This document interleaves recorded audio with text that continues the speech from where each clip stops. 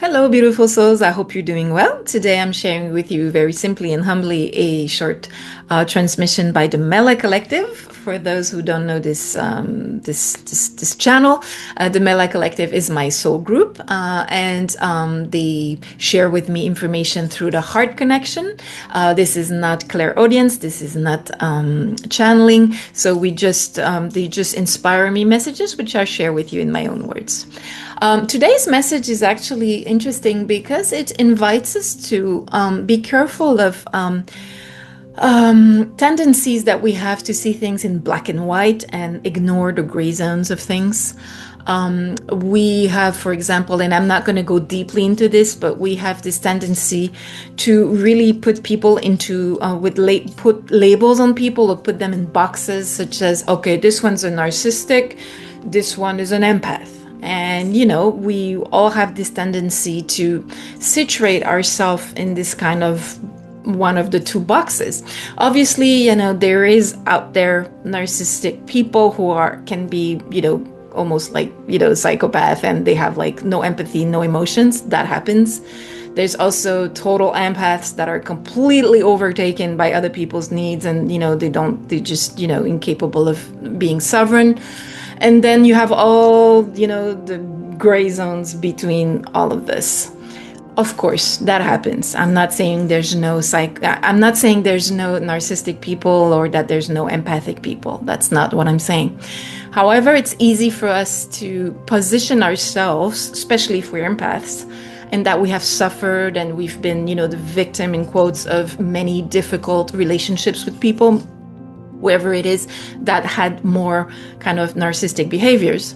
And it's easy for us to position ourselves as the victim, like, I'm an empath, I'm a good person, I'm a do-good person, I would never do something mean or whatever.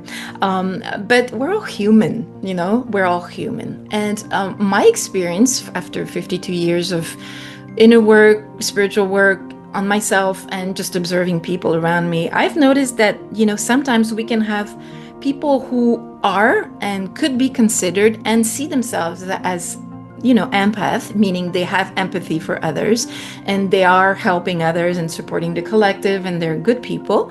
But, sometimes, and I'm going to take my example, like me, myself, it has happened to me. I consider myself an empath because I'm empathic and I've been a freaking people pleaser all my life. So, I've been there and done that.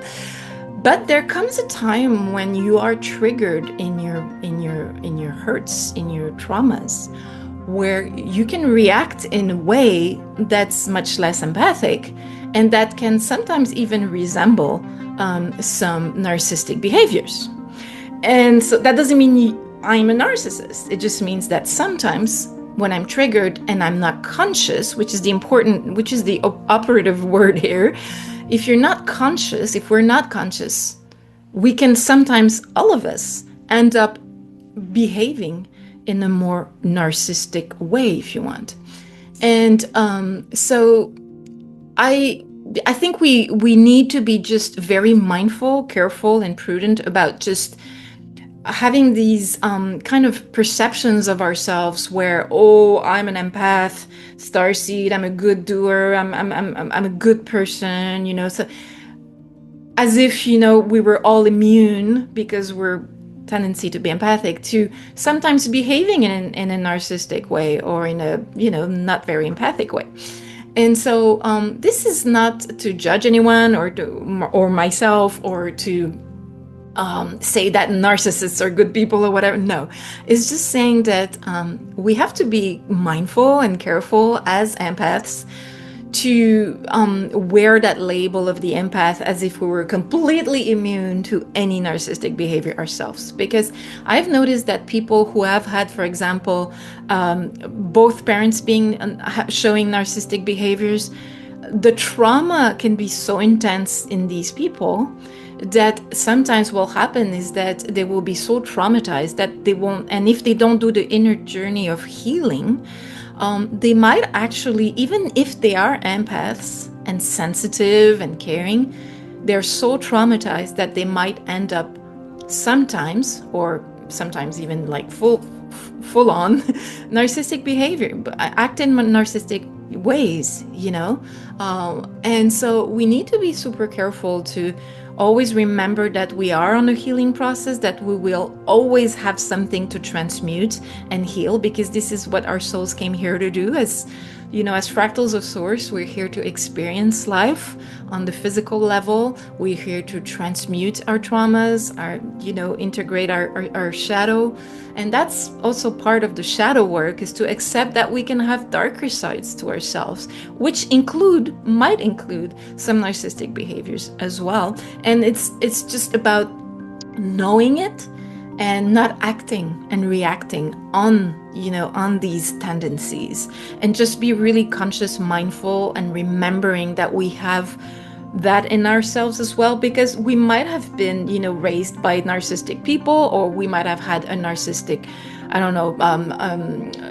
partner which has really played with our brain, or we could have had narcissistic behavioral people that in our work environment, and so we might have been traumatized by that. And so we have to be super mindful and careful not to recreate these types of behaviors, and it's possible to do it, because even as an empath, even as a good doer person, sometimes we slip and we do act it can be in a narcissistic way.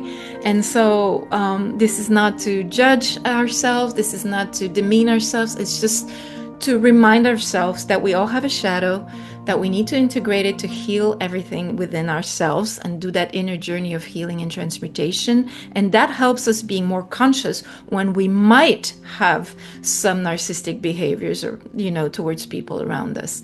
So it's just about being careful, being mindful, and remembering that we might have this aspect within us as well, and not to ignore it. So that's it for today. Have a lovely day. Take care. Bye.